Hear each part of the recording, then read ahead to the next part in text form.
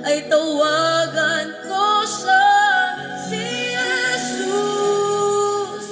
Kung kailan kailangan siya, palagi naroon at karamay siya, si Jesus. Kapag hindi ko na makaya, sa Kanya lang ako aasa.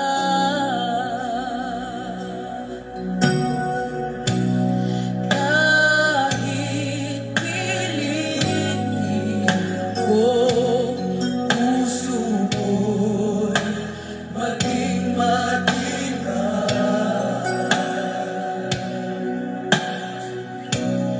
ang kabiguan ay dumarating sa aking buhay. Kung ako'y naroon na at nagdurusa, ang aking gagawin ay tawagan ko siya, si Jesus. Kung kailan kailangan siya, palagi naroon at karamay siya, si Jesus. Kapag hindi ko na makaya, sa Kanya lang ako aasa.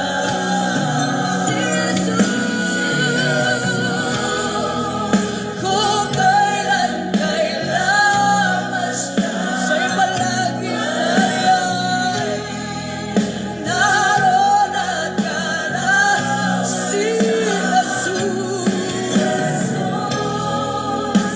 Kapag hindi ko na makaya, sa Kanya lang ako aasa.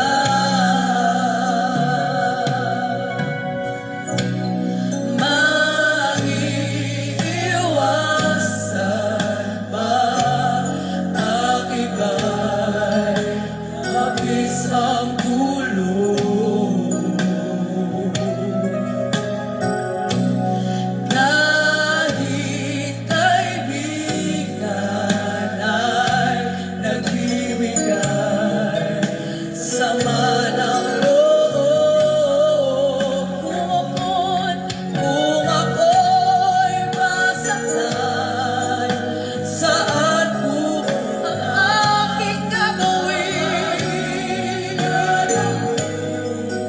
Ay tawagan ko siya, si Jesus.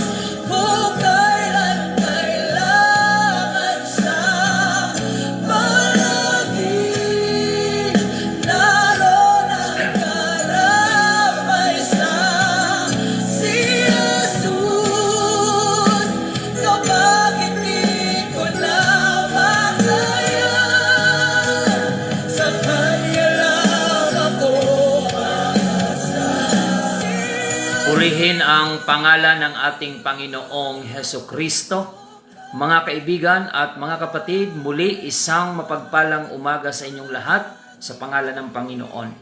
Sa awiting ito na inyo pong napapakinggan ay muli pong sumasa inyo ang programang Si Jesus ang Buhay na Pag-asa. Ngayon po ay araw ng Biyernes. Salamat po sa Diyos sa kanyang panibagong umaga at buhay na ipinagkakaloob sa bawat isa sa atin. At muli tayo po ay magkasama-sama sa isang banal at makabuluhang pag-aaral ng mga salita ng Diyos.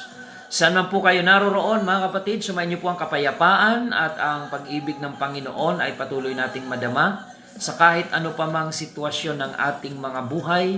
Patuloy nating bigyan ng pagkakataon ang pag-ibig ng Diyos sa ating pong mga buhay at patuloy po nating maranasan ang kanyang kadakilaan. At kayo po ay nakatune in sa himpilan ng New Gen FM 100.7 At tayo po ay napapakinggan dito po sa Bayan ng Bulan at sa buong probinsya ng Sorsogon. At sa pamamagitan din po ng ating Facebook Live, ayan, naaabot po natin ang iba't ibang lugar o maging ang ating mga OFWs, mga kapatid, sa iba yung dagat, ay patuloy na naging pagpapala po ang programang ito sa ating mga kababayan. At salamat po sa Diyos sa maliit nating mga kakayahan na sinasamahan po tayo ng Panginoon upang maghatid ng pagpapala at pag-asa sa mga salita ng Diyos na ating ipinaglilingkod sa ating mga kababayan tuwing umaga sa programang ito. Muli ito po ang inyong lingkod, Pastor Randy Rosari ng United Pentecostal Church Bulan, na bumabati po sa inyo at nag-aanyaya na muli tayong magsama-samang mag-aral ng salita ng Diyos habang bukas ang ating mga puso at ang ating mga kaisipan upang patuloy po na bigyan natin ng kaluguran ang Panginoon sa ating pong paglilingkod sa Kanya. Welcome to our program, Si Jesus ang Buhay na Pag-asa.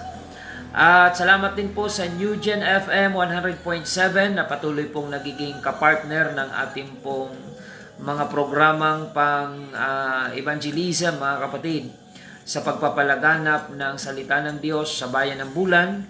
Ang New Gen FM ay nagiging kapartner po natin. Good morning kay Sir Edwin Hernale at yan sa ating technician si Brother Box. Pagpalain kayo dyan ng ating Panginoon. At sa lahat ng mga kapatiran sa United Pentecostal Church na patuloy po na masigasig na naglilingkod sa ating Panginoon. Pagpalain po kayo ng Diyos ang ating tatlong congregation na pinangangasiwaan dito sa Bayan ng Bulan sa biyaya ng Panginoon. Good morning sa ating mga kapatiran dyan po sa ating congregation sa lugar ng UPC Magsaysay Bulan. Pagpalain po kayo dyan ng Panginoon at maging ang ating congregation dyan sa UPC Santa Remedios Bulan. Good morning sa inyo mga kapatid at ang ating congregation dito po sa UPC Iquirino Bulan. At matagumpay po kahapon ang ating pong isinagawang Sunday School conference ng mga bata. At salamat sa Diyos sa patuloy po na pagkilos ng Panginoon sa mga kabataan na sila po yung next generation na maglilingkod sa Panginoon kung hindi pa man agad darating ang ating Panginoon. Sabi po ng Proverbs 22:6, train up a child in the way he should go, and when he is old, he will not depart from it. Purihin ang pangalan ng ating Panginoon. Patuloy po tayo sa programang Si Jesus ang Buhay na Pag-asa. At good morning dyan kay Nanay Levy sa Hamorawon, kay Nanay Ida at ang inyong buong family. I-bless po kayo ng ating Panginoon. Mga senior citizen natin ito na kapatid sa pananampalataya. Si Nanay Levy, bagamat sa kalagayan niya physical, hindi na siya nakakapunta sa church. Gayunpaman, ang kanyang pananampalataya sa Panginoon ay nananatili at sa pamagitan ng daily radio program natin, ay patuloy na pinalalakas ng Panginoon ang kanyang spiritual na buhay. At ganun din sa lahat ng mga senior citizen natin na kapatid sa pananampalataya na maaaring ang ilan ay hindi na sila nakakapunta sa church dahil sa physical na condition, dahil sa edad. Gayunpaman, manatili po tayong kumakapit sa pananampalataya sa Panginoon upang anuman ang ating maging sitwasyon ay patuloy po tayong sinasamahan ng ating pong Panginoon. To God be all the glory. At ngayong araw, Biyernes, ay meron pong Bible study dyan sa Kasim Family, alas 9 ng umaga. At mamayang hapon naman, dyan po sa Padre Diaz, may Bible study po dyan, kina Nanay Olivia Guban, ayan, si Mr. Odessa. Pagpalain kayo dyan ng Panginoon at nawa marami ang maka-attend dyan sa Bible study natin alas 3 ng hapon. At kasabay niyan ay 50th year anniversary po ng ating gawain sa lugar ng Barangay Biton, Magallanes. Sinimulan po natin ang gawain dyan during pandemic time at ngayon 5 years na po mga kapatid ang gawain dyan sa Barangay Biton, Magallanes. Mamaya po ang gawain dyan ay alas alas 2:30 ng hapon, mga kapatid, sa Labini family. So pagpalain po kayo dyan ng ating Panginoon. Praise the Lord. At sa ating mga viewers online, pasalamat tayo sa inyong patuloy na pag-share sa inyong mga Facebook friend to promote our spiritual online program. Patuloy po kayong bless ng Panginoon. I-share lang natin, mga kapatid. Kung meron mang dapat nagva-viral ay ang mga mensaheng mula sa salita ng Panginoon na magbibigay pag-asa sa buhay ng ating mga kababayan. Hindi yung mga bagay na just to entertain the viewers. This program is not to entertain people, but to give them hope, mga kapatid. Walang iba kundi ang Panginoong Hesukristo, ang ating buhay na pag-asa. Purihin ang Panginoon. Good morning kay Star Yuli Albao. Thank you for watching our Facebook program. Sir Judith Tolentino Perocho, pagpalain po kayo ng Panginoon. Si Pastor Joel Tinoco, good morning, at ang inyong buong congregation na patuloy na sumusubaybay sa ating pong programa. Si Brother Reuben Gordola, thank you for watching. Starlita Sultan, Brother Joseph Barra sa Iriga City, Gregorio Giselle, thank you for watching, kapatid.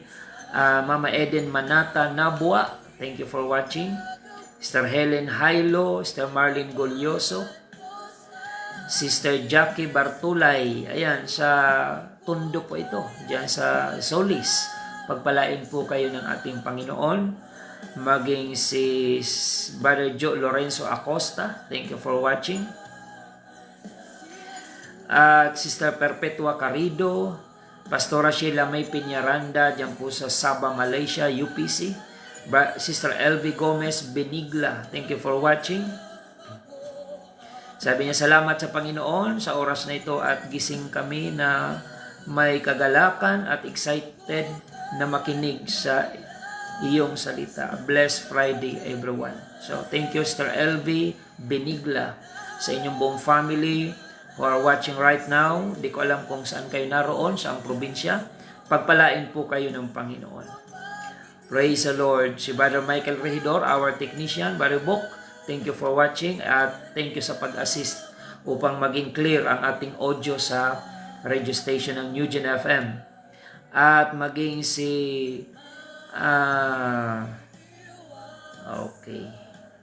Brother Rex Asis Senior, sabi niya, good morning, Pastor, glory to God, watching from Surigao del Norte.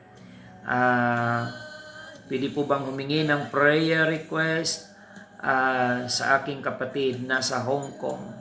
Ayan, pagpalain po ng Panginoon.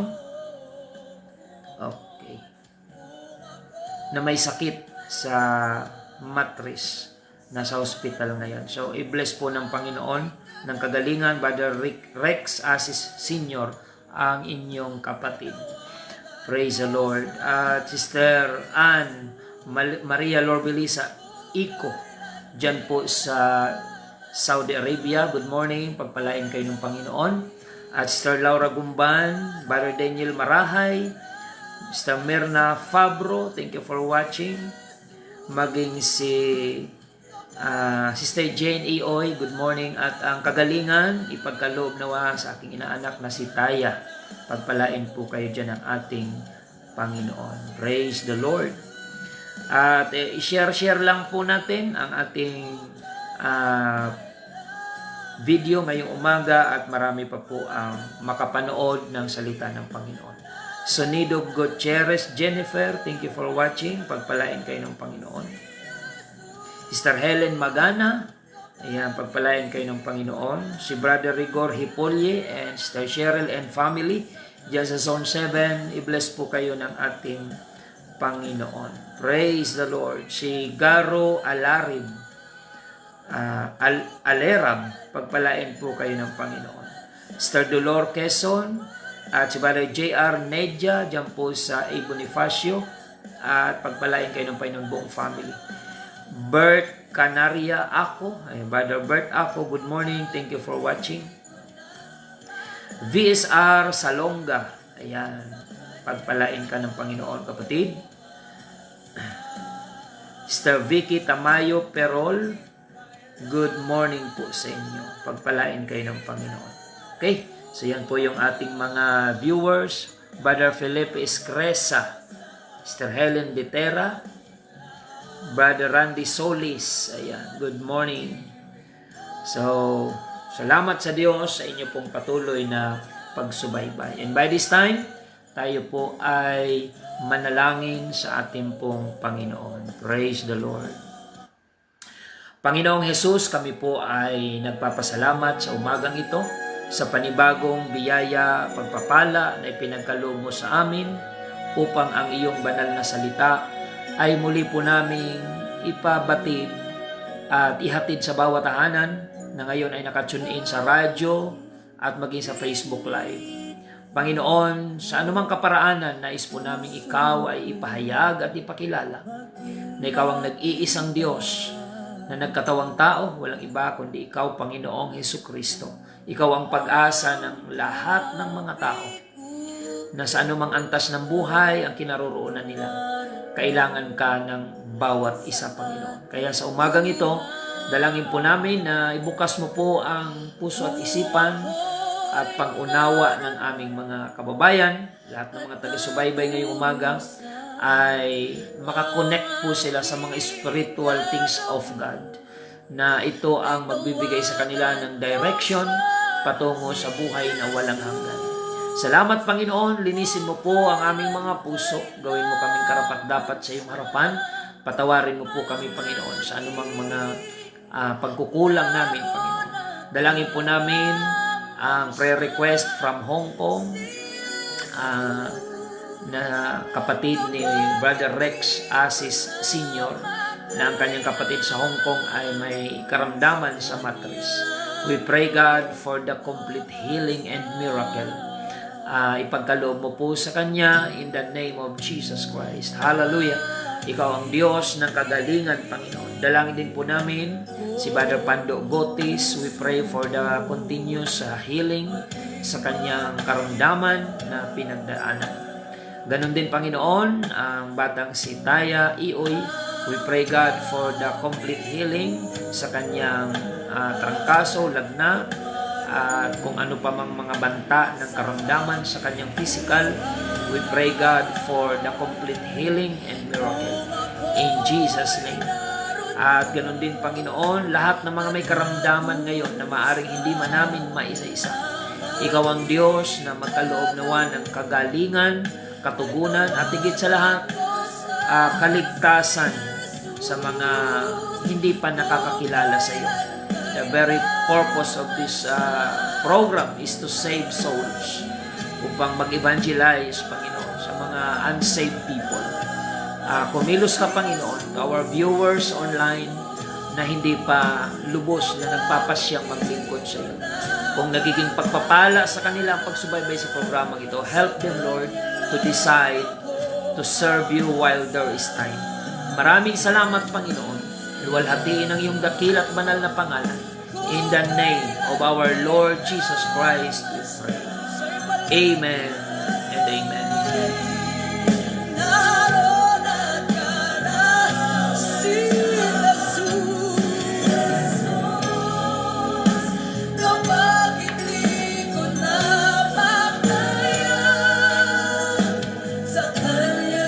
Purihin ang Diyos, mga kapatid, at sa pagkakataong ito, tayo po ay dadako na sa salita po ng ating Panginoon. Ang pag-aaralan po natin ngayon, mga kapatid, ay ang kapangyarihan ng salita ng Diyos. The power of the Word of God. Kapangyarihan ng salita ng Diyos. Mga kapatid, mayroon pong kapangyarihan ang ating salita. Hindi lamang yung salita ng Diyos. Higit sa lahat, yun ang makapangyarihan, kundi maging ang ating mga salita. Sabi ng Biblia, death and life are in the power of the tongue. Ang kamatayan at buhay, pagpapala at sumpa ay nasa kapangyarihan ng dila. So, the moment you open your mouth to declare, mga kapatid, words, meron po itong power, mga kapatid. So, ngayon, atin pong basahin ang salita ng Panginoon dito po sa John 1:1. In the beginning was the Word, and the Word was with God, and the Word was God. And the Word was made flesh and dwelt among us, and we beheld His glory, the glory as of the only begotten of the Father, full of grace and truth. Nang pasimula siya ang Verbo, at ang Verbo ay sumasa Diyos, at ang Verbo ay Diyos. At nagkatawang tao, verse 14, nagkatawang tao ang Verbo at tumahan sa gitna natin. At nakita namin ang kanyang kaluwalhatiang gaya ng sabugtong ng Ama na puspos ng biyaya at katotohanan. So mga kapatid, sa pasimula, ang Diyos ay salita. At ang salita ay Diyos. At ang salita na Diyos ay nagkatawang tao. Kaya mga kapatid, ang salita at ang Diyos ay iisa. You cannot separate God and His Word. Kaya sabi dyan, the Word was with God. And the Word was God. Amen. Ang salita ay sumasa Diyos, natural. Kasi hindi mo pwedeng i-separate ang Diyos at ang kanyang salita. At ang salita ay Diyos. So hindi po nagtuturo ng dalawang Diyos o dalawang persona yung John 1:1. Ang iba ini-interpret po yan na iba ang salita at iba pa yung Diyos. Mga kapatid, ang salita ay Diyos at may iba pang Diyos sapagkat yung salita daw ay sumasa Diyos. Mali, hindi po dalawang persona. Yung tinutukoy dyan sa John 1:1, kundi iisang Diyos lang, na ang iisang Diyos na yan ay siya rin ang salita at ang salita at ang Diyos ay magkasama because we cannot separate God from His Word. Because the Word is God. And God, from the beginning, He was the Word. Amen. Ang kapangyarihan ng kanyang salita, tingnan natin sa during creation time. Paano ba nilikha ng Diyos ang lahat ng mga bagay, mga kapatid? In Genesis chapter 1 verse 3, and God said, ayan, lahat ng paglikha niya nagsisimula sa salita. At sinabi ng Diyos, magkaroon ng ganito, magkaroon ng ganyan, nagsisimula po sa salita. At sumusunod yung pangyayari doon sa mga salitang binibigkas ng ating Panginoon. Genesis chapter 1 verse 3, and God said, ganun din sa Genesis chapter 6, chapter 1 verse 6, chapter 1 verse 9, chapter 1 verse 11, chapter 1 verse 14, chapter 1 verse 20, Genesis chapter 1 verse 24, and Genesis chapter 1 verse 26. Ulit-ulit po yan. And God said, at sinabi ng Diyos. So ano ang pinupunto natin, mga kapatid? Kapag ang salita ay nanggaling sa Diyos, it is powerful word, mga kapatid. Ito man ay blessing or curse, if it is from the word of God, there is power in the word. Makapangyarihan ang salita, mga kapatid. So makikita natin na sa creation, lahat ng bagay na nilikha ng Diyos ay nagsimula sa declaration muna galing sa kanyang salita. Let there be light. And God said, let there be light. And there was light. So, ang pangyayari ay sumusunod sa kung ano ang unang sinasabi, mga kapatid. Kaya, ang salita ng Diyos, kapag ito ay binasa natin, ito ay makapangyarihan. The Word of God is alive and powerful. Mga kapatid, sharper than any two-edged sword. Makapangyarihan ang salita ng Diyos, kaya ito lang ang may kakayahan na magbago ng buhay ng tao. Ito lang ang may kakayahan na magbigay ng pag-asa sa kahit pinaka-hopeless na kalagayan ng tao. There is power in the Word of God. Mga kapatid, sa panahon na ang mga alagad ay nasa pangangailangan at kagipitan, alamin natin kung paano sila pinagpala sa pagsunod sa salita na binitawan ng Panginoon. Tingnan natin dito sa Luke chapter 5 verse 4, mga kapatid. At pagtigil niya ng pagsasalita ay sinabi niya kay Simon, pumaroon ka sa laot at ihulog ninyo ang inyong mga lambat upang mamalakaya. At sumagot si Simon at sinabi, Guro, sa buong magdamag ay nagsipagpagal kami at wala kaming nahuli. Datapwat sa iyong salita ay ihuhulog ko ang mga lambat.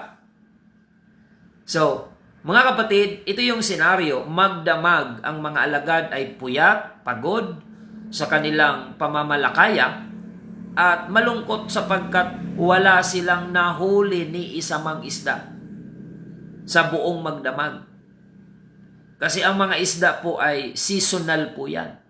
Kaya kung may mga nakikinig ngayon na mga mangingisda, nakaka-relate kayo sa ganitong usapin na may mga panahon na magdamag ka sa laot pero uuwi kang pagod, puyat, pero wala kang daladalang anumang pakinabang. Wala kang nahuli. Kasi ang mga isda, seasonal po yan. Depende sa kung bilog ang buwan, kung madilim, mayroon po siyang epekto doon sa mga mangingisda. Ang sabi po ng Biblia, sina Pedro at ang mga alagad, nakasalubong ng Panginoon galing sa karagatan, pagod, puyat, wala silang nahuli. At nung masalubong sila ng Panginoon, ang sabi ng Panginoon, bumalik kayo sa laot. Imagine, wala pa silang tulog, wala pa silang kain, wala pa silang pahinga. Pero nung makasalubong sila ng Panginoon, sabi ng Panginoon, pumunta kayo sa laot at ihulog nyo ang lambat. Sa makataong karanasan, nagpaliwanag ngayon si Pedro, Panginoon, magdamag po kami ng isda. Pero wala po kaming nahuli. Sa buong magdamag ay nagsipagpagal kami at wala kaming nahuli. Datapwat, ito yung maganda. Datapwat sa iyong salita, dahil sa iyong sinabi, ay ihuhulog ko ang lambat. Ito po ay ekspresyon ng pagsunod at pagtitiwala sa salita na binigkas ng ating Panginoon. Kaibigan at kapatid, maaring katulad mo rin itong mangingisda, magdamag, walang huli, pagod, puyat. Maaring marami ka ng ginawang paraan to solve your problem. Ngunit pagkatapos ng lahat ng iyong alam na paraan ay empty pa rin. Wala pa rin solusyon sa iyong suliranin. I encourage you to obey, to follow the Word of God. Bakit hindi mo subukang sundin ang salita ng Diyos? Because we believe in the power of the spoken Word of God. Amen. The Word of God is alive and powerful. Kaya pag sinabi ng Panginoon, I will bless you, kahit si Satanas, hindi makakapigil sa kamay ng Diyos upang pagpalain yung sumusunod sa Panginoon. Kaya kahit marami pa ang, sabi ko, magmaldisyon sa imo, pag pinagpasyahan ng Diyos na ikaw ay pagpalain, kahit marami pang mainggit sa iyo, kahit marami pa ang humila sa iyo pababa, pag ang langit ang nagpasyang ikaw ay pagpalain, ano ang sabi ni Haring David? Thou preparest a table before me in the presence of mine enemy. Ano ang ibig sabihin niyan? Sa paningin at sa gitna ng mga taong kaaway ni David, they will witness how the Lord will bless David. Thou preparest table before me in the presence of my enemies. Makikita ng kanyang mga kaaway harap-harapan kung paano si David pagpapalain ng Panginoon. Kaya mga kapatid, kung may nag-uusig sa inyo sa pananampalataya, huwag niyong ipanalangin mamatay agad.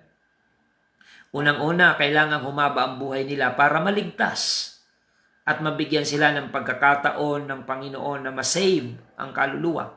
Pangalawa, kailangan kasi ma-witness nila as persecutor bilang taga-usig, kailangan nilang masaksihan kung paano ka pagpalain ng Panginoon kung mananatili kang tapat sa kabila ng mga pag-uusig, pag-alipusta, panlalait, pinagtatawanan ka marahil. Bakit ko ito nasabi? Ay naranasan ko po yan mga kapatid.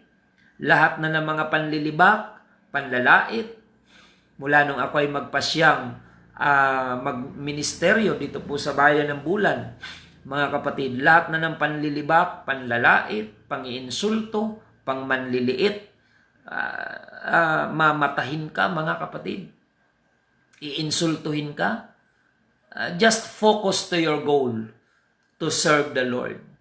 Huwag mong tahulan lahat ng asong ulol na tumatahol sa iyong daanan, mga kapatid. Kung gusto mong makarating sa iyong destination as you serve the Lord, huwag mong patulan lahat ng tumatahol sa iyong daanan. Tuloy-tuloy ka lang, focus ka lang. Huwag tayong maging mapagpatol sa mga nanguusig, naiinggit, at sa mga mapag-alipusta. Huwag din natin silang ipanalangin mamatay agad. Kasi may impyerno yung mga yan kung hindi po sila makilala sa Panginoon. Pray to God na iprolong yung kanilang buhay. Number 1, for them to be saved. Mabigyan sila ng chance para maligtas. Pangalawa, para ma-witness nila na yung taong inuusig nila pag nagpakatapat sa Diyos ay pagpapalain ng Panginoon sa harapan nila mismo. They will witness. They will see how the Lord bless your life if you are serving the Lord faithfully according to His will. So, kaya mga kapatid, kapag pinanghawakan natin ang salita ng Diyos, may kapangyarihan ito. So, paano pinahalagahan ni Pedro ang salitang binitawan ng Panginoon? Despite the fact na sila ay pagod, sa kabila ng katotohanan na sila ay puyat, pagod, frustrated, disappointed sa kanilang magdamag na pagpapalaot. Pero mga kapatid, ano ang sabi ni Simon Pedro na dapat gayahin natin? Panginoon, magdamag kami na nagpagal pero wala kaming nahuli. Datapwat, dahil sa salita mo, susunod kami, ihuhulog namin ang lambat. And what was the result? At nang magawa nila ito, ay nakahuli sila ng lubhang maraming isda at nagkampupunit ang kanilang mga lambat. Wow! Mga kapatid, ano ang mensahe nito sa atin? Maaring ginawa mo na ang lahat ng bagay. Maaring lahat ng talento na mayroon ka, minaximize mo na. Pinaandar mo na lahat ng diskarte sa buhay. Pinaandar mo na lahat ng alam mo just to survive and to solve your problem. Pero after all, wala pa rin. I encourage you, lingunin mo ang salita ng Diyos. Follow the Word of God. And I assure you na ang kapangyarihan ng salita ng Diyos ay kikilos sa buhay mo kapag binigyan mo ito ng pagkakataon. Kaya ang pagsunod sa Diyos ay may isang tiyak na direksyon.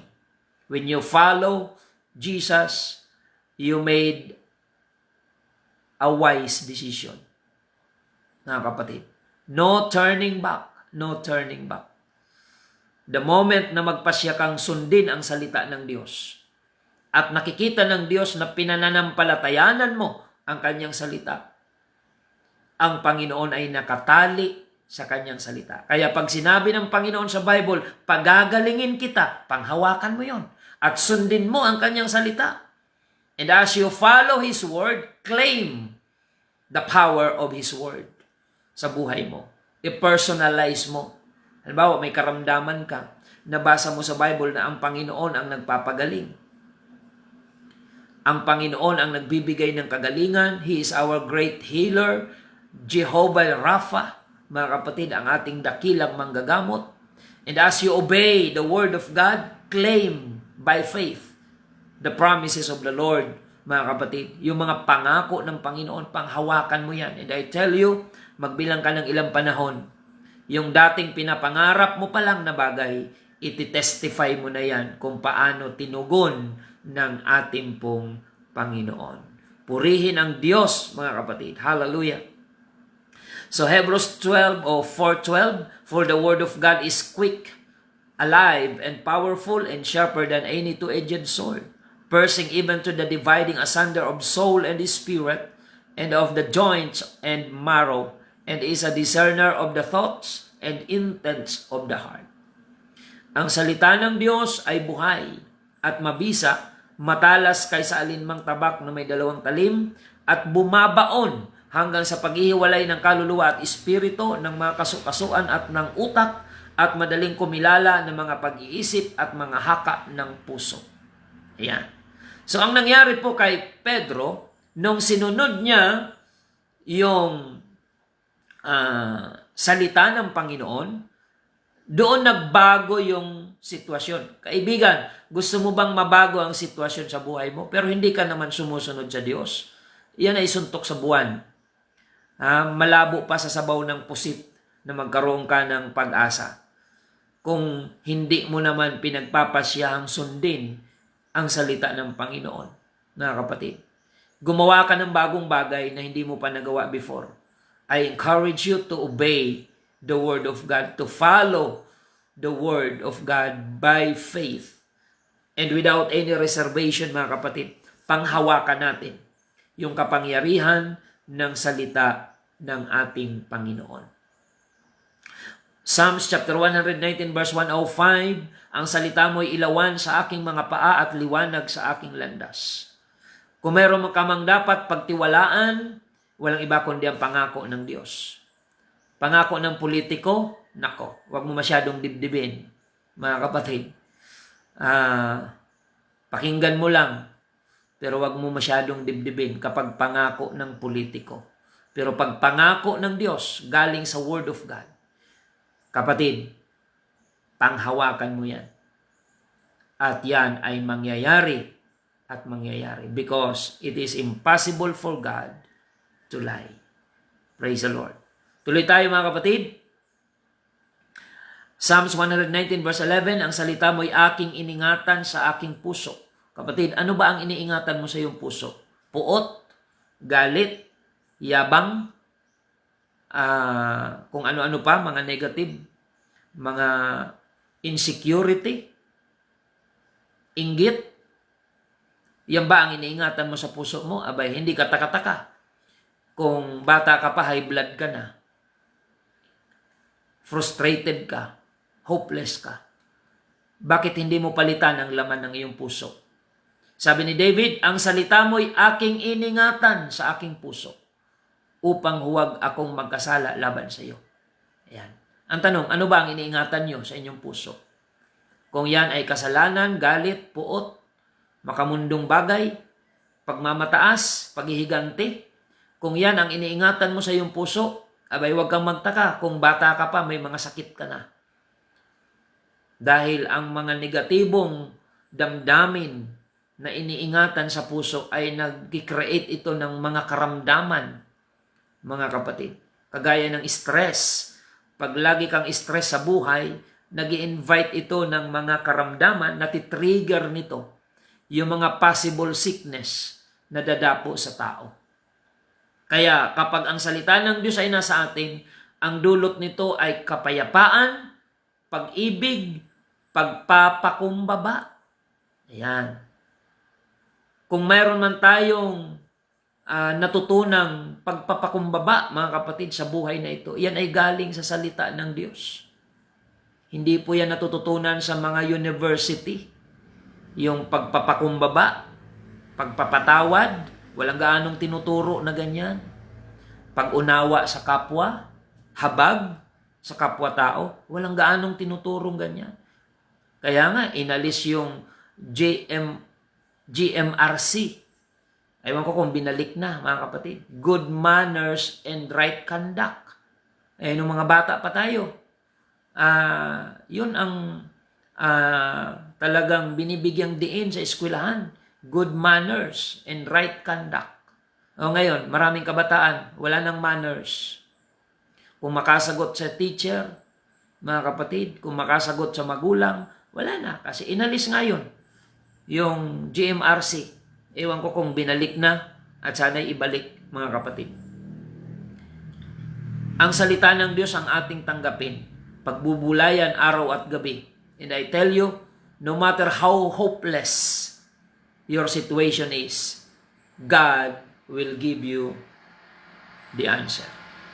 Ang sabi ng Panginoon, Jeremiah chapter 33 verse 3, tumawag ka sa akin at ako'y isasagot sa iyo at ako'y magpapakita sa iyo ng mga dakilang bagay na hindi mo nalalaman. Amen. Yan ang assurance na binigay ng Panginoon. When you call upon His name, He will answer you. And He will show you, not just answer, but He will show you great and mighty things which thou knowest not. Purihin ang Panginoon. Purihin ang Diyos, mga kapatid. Sabi ni Mama Eden, hindi pa raw na ibabalik ang GMRC. Kaya marami ngayon, mga bata na wala ng manners, mga kapatid. Kami noon, aywan ko kung nakaka-relate kayo, pag nag-uusap ang mga magulang, hindi ka pwedeng dumaan sa gitna. Talagang tatamaan ka. Hindi ka pwedeng sumabat sa usapan ng mga adult. Yan. Pag may dumating na bisita, pagkatapos namin magmano, ay gumilid ka na. Hindi ka pwedeng bida-bida. Ngayon, ang mga bata, nako, hindi na makapagsalita ang nanay dahil tinake over na ng anak. Yan. So, yan po yung kalagayan ngayon ng mundo. Pero ang salita ng Diyos ay nagsasabi, train up a child in the way he should go. And when he is old, he will not depart from it. Kaya kung kayo may problema sa anak, samahan nyo magsimba. Dalhin nyo sa church, mapuspos ng banal na espiritu, makinig ng Word of God. Kung hindi mo kayang baguhin yung ugali ng iyong anak, hanggat yan ay nasa poder mo pa, dalhin mo sa church. Ipanalangin mo sa Panginoon, turuan ng salita ng Diyos. Amen. Ask help to somebody na maging kaibigan ng anak mo at ma-impluensyahan ng Word of God. Kung kayo may problema sa anak, kausapin nyo ang ka-churchmate nyo na kaedad ng anak nyo o apo nyo, na kaibiganin, impluensyahan ng mga church people na matuto ng salita ng Diyos. Kasi minsan, pag anak mo, hindi yan nakikinig sa iyo. Pero pag may ibang kausap, nakikinig. Ayan. So, pwede nyong gawing strategy yan. Kung may problema kayo sa anak nyong sutil, kausapin nyo ng lihim yung malagong kapatiran na kaedad. Amen. At upang kaibiganin yung anak mong sutil para mag-influence sa kanya ng spiritual influence. Amen. Kahit pa budgetan mo yan, sige, magbanding kayo, mag-coffee kayo, basta kaibiganin mo itong anak ko. dahil gusto kong mabago ang buhay nito. Mga kapatid, ang Word of God ang tanging kailangan para mabago yung buhay ng kahit pinakamasamang tao. Kaya huwag natin baliwalain ang salita ng Diyos. At paano naman ito pinahalagahan ni Apostol Pablo? Sa kanyang turo kay Timoteo, 2 Timothy chapter 4 verse 2, ganito po ang sabi, ipangaral mo ang salita, magsikap ka sa kapanahunan at sa di kapanahunan. Sumawata ka, sumaway ka, mangaral ka ng may buong pagpapahinuhod at pagtuturo. Ayan. Preach the word in season or out of season. Kaya kahit hindi ka natutuwang makinig, mangangaral ako. Dahil ito ang salita ng Diyos. Kahit hindi ka nabibless, mangangaral kami. Sapagkat ito ang utos ng Panginoon. In season or out of season. Tamaan ka man o hindi. It doesn't matter. Ang mahalaga, ipangaral ang salita ng Diyos. To address the need of the people. Sapagkat kung walang mangangaral, walang magkakaroon ng pananampalataya. At kung walang magkakaroon ng pananampalataya, walang maliligtas. Kaya nga ang sabi ng Apostol Pablo sa aklat ng Romans chapter 1 verse 16, for I am not ashamed of the gospel of Christ, for it is the power of God unto salvation. Sapagkat hindi ko ikinahihiya ang ebanghelyo, sapagkat ito ang kapangyarihan ng Diyos sa ikaliligtas ng bawat sumasampalataya. Kaya kapag walang pangangaral ng salita ng Diyos, walang taong maliligtas. Mga kapatid, hindi masamang magbasa ng Biblia, pero ang sabi ng Panginoon, ang pangangaral ng salita ng Diyos, ito ay dapat marinig natin because faith comes by hearing and hearing by the word of God. Purihin ang Diyos, mga kapatid. Tuloy po tayo. James chapter 3 verse 5, gayon din naman, ang dila ay isang maliit na sangkap at nagpapalalo ng malaking bagay. Narito kung paano ang kalaking gubat ang pinag-aalab ng lubhang maliit na apoy. Ayan. Gayon din yung ating dila. Kung paano ang isang gubat ay pwedeng sunugin ng maliit na apoy. Ganon din, ang dila, yung salita, pwede rin itong sirain, pwede itong gamitin pang buo, at pwede rin gamitin pang wasak. Yung salita. Nasa sa inyo na yan kung paano nyo gagamitin ang iyong salita. Sa positibo ba o sa negatibo? Pero ang pinakamaganda, hanapin natin ang mga taong nagsasalita na mga positibo. Hindi mga negatibo. Oo, meron tayong freedom of expression. Pero ano ba ang ini-express mo na nag-influence sa iba? Is it positive or negative? Is it love or hate? Amen. Yes, may freedom of expression tayo. Pero ang tanong, ano ba ang natututunan sa iyo ng iba the moment na nagsasalita ka to express yourself? To invoke the freedom of speech. Ano ba ang natututunan ng tao? Pagpapakumbaba o pagmamataas? Pag-ibig o galit? Ayan. So sana, sa paggamit natin ng freedom of expression, ay wala tayong nadadamage na mga nakikinig na mahasikan natin ng masamang salita. So let us be responsible as we express our freedom of expression. Make sure na hindi lason ang naririnig ng tao sa atin, kundi pag-ibig, pagpapatawad, pagmamahal, at paglapit sa Diyos. Purihin ang Panginoon. That's the power of the word. Kung ang salita ng ating bibig ay may kapangyarihan, higit na makapangyarihan ang salita ng Diyos. Kaya sa anumang kalagayan mo ngayon, panghawakan mo ang mga sinabi ng Panginoon. Panghawakan mo ang mga pangako at salita ng Panginoon. Sapagkat sabi ng Biblia, wala pang nagtitiwala sa Diyos na mapapahiya. Dahil ang pinaka-advantage natin dito sa mundong ito na dying world na, may advantage ka lang kapag nasa iyo, sa puso mo, pinangahawakan mo ang kapangyarihan ng salita ng Diyos. Purihin ang pangalan ng Panginoon. Yan po ang ating napag-aralan ngayong umaga. Mga kapatid, panghawakan natin ang salita ng Diyos. Ano man ang mangyari sa mundong ito, mga kapatid, hindi man natin yan kontrolado. Pero ang tanging pwede natin gawin ay panghawakan ang salita ng Diyos. Maglingkod tayo sa Panginoon habang may pagkakataon. At huwag natin palalagpasin ang pribilehiyo na binibigay sa atin ng Panginoon. Na naririnig mo ngayon ang mensaheng ito, huwag mong ipagpabukas. Dahil hindi mo naman alam kung buhay ka pa bukas. Ako nga rin, di ko rin alam kung buhay pa ako bukas. Mga kapatid, ikaw na nakikinig, hindi mo rin alam kung buhay ka pa bukas. Malay mo, ito na yung huli mong pagkakataon na makarinig ng pangangaral at pinalagpas mo pa. Kinabukasan pala, kukunin ka na ng Panginoon. So, hindi po ako nananakot. Yan yung possibility. So, kailangan i-take natin yung chance na paglingkuran ng Panginoon while there is time, mga kapatid. Kaya nga, ang preaching of the Word of God, inutos ito ng Panginoon. Preach the Word in season or out of season. Ipangaral mo ang salita sa kapanahunan o sa di kapanahunan. Maaring sa mga nakikinig sa atin ay parabang wrong timing na sila ay nakarinig. Pero wala pong wrong timing sa pakikinig ng Word of God. Maaring hindi mo plinano na makarinig ngayong umaga. Pero naririnig mo ako ngayon. It is not accident na makarinig. May purpose ang ating Panginoon. Dahil hindi mo nga alam kung buhay ka pa bukas.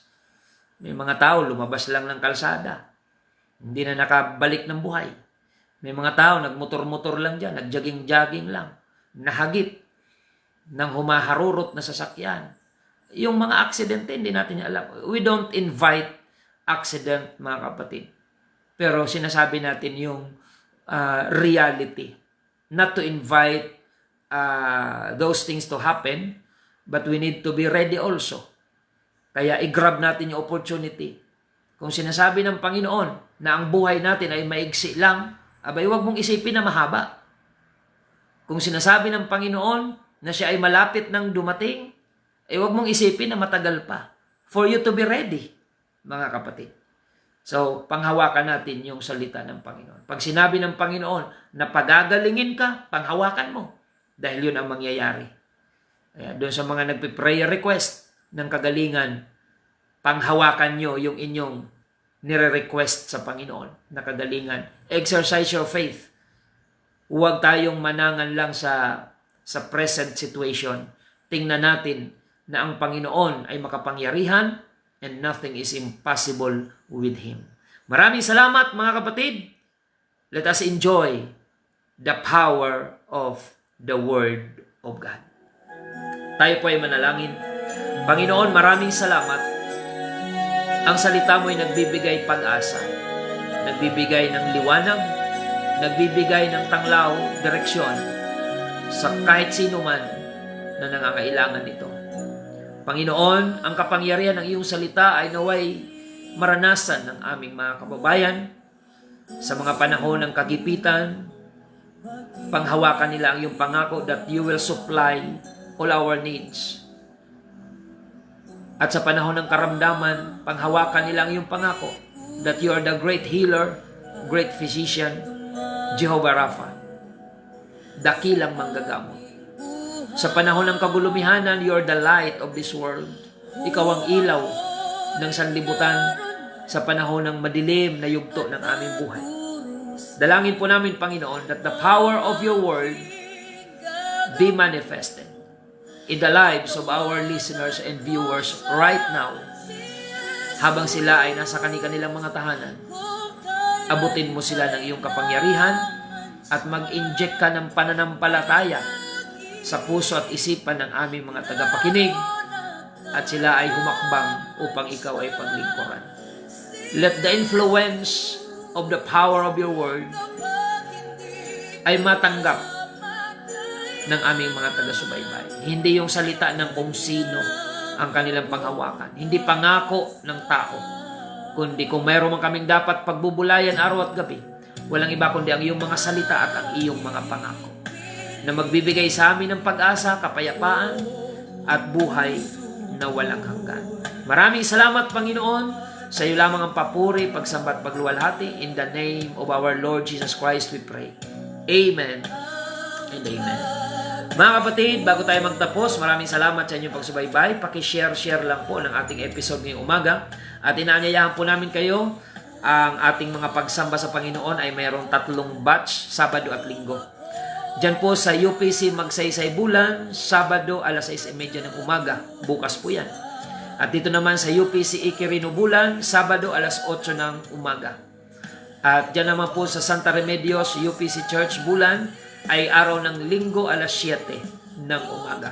So saan man kayo dyan malapit, depende sa inyong available time, we invite you to join us and to worship the Lord and pray, mga kapatid, upang ang Panginoon ang ating kasama lagi sa anumang sitwasyon ng ating buhay.